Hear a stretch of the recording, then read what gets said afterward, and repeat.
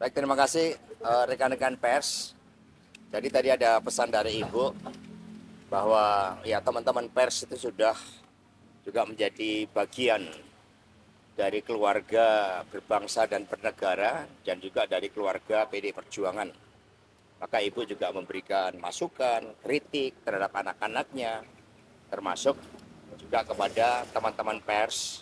Itu semua karena rasa cintanya kepada tanah air, agar kita betul-betul memperjuangkan kebenaran, memberikan suatu pemberitaan yang menggelorakan spirit kebangsaan kita, spirit rasa cinta tanah air, dan pemberitaan yang juga membangun peradaban Indonesia karena kita adalah negara paripurna.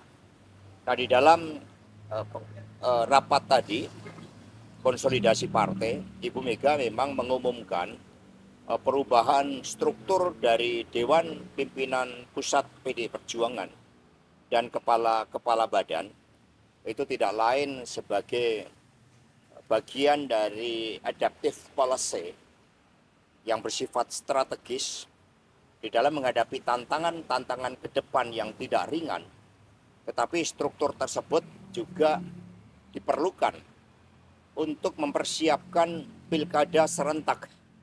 Karena yang ingin kita bangun dengan pilkada itu adalah prinsip-prinsip kesetaraan dari setiap anak bangsa untuk dapat didorong melalui proses yang demokratis menjadi pemimpin. Secara ideal, meskipun mereka berasal dari kalangan rakyat biasa, tetapi memiliki kemampuan profesional, memiliki komitmen ideologis, memiliki kemampuan teknokratik untuk membawa perubahan Indonesia, maka mereka harus diberikan ruang.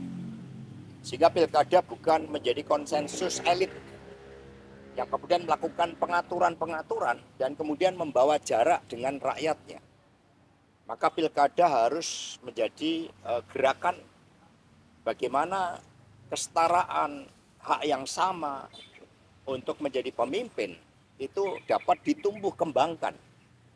Ini sebagai kritik bagaimana sepertinya pilkada ini hanya menjadi konsensus dari elit. Maka PD Perjuangan membuka ruang dari kalangan rakyat biasa untuk dapat berproses melalui sekolah partai dan akhirnya dipersiapkan menjadi pemimpin. Muncul wajah-wajah yang tidak asing lagi, ya seperti ada Pak Adian, Wakil Sekjen bidang Kominfo, karena kemampuan Pak Adian juga di dalam memberikan penjelasan kepada publik dengan cara-cara yang bisa diterima oleh masyarakat dan berdasarkan prinsip-prinsip komunikasi yang didasarkan pada ideologi partai.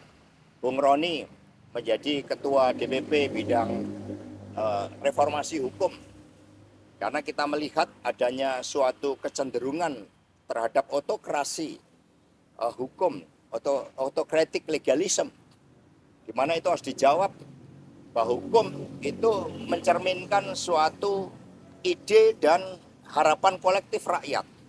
Hukum bukan mencerminkan elit kekuasaan, tetapi mencerminkan suatu ide tentang bagaimana kesetaraan, keadilan, hak yang sama dari rakyat terhadap pembangunan itu dapat dijamin dengan berkeadilan.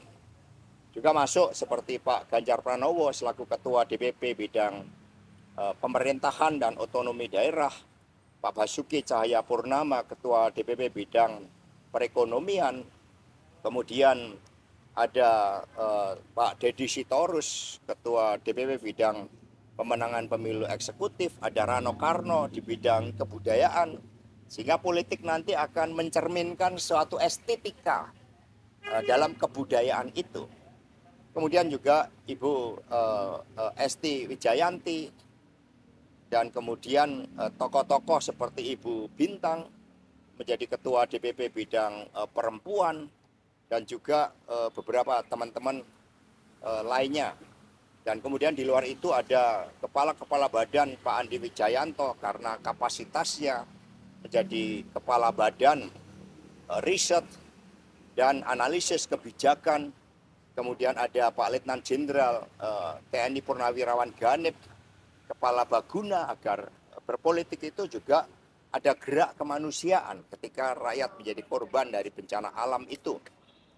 Kemudian ada Saudara Boni Triana sebagai Ketua Badan Sejarah Indonesia, agar bangsa ini berdiri kokoh kepada suatu nilai-nilai yang dibangun, pemikiran-pemikiran yang dibangun oleh para pendiri bangsa. Kemudian penyempurnaan terhadap bank dan saksi pemilu nasional, Saudara Hendra, sehingga dengan penyempurnaan baik DPP maupun badan-badan yang bersifat strategis, PD Perjuangan melangkah sebagai partai yang terus beradaptasi dengan berbagai tantangan-tantangan dan melakukan pelembagaan.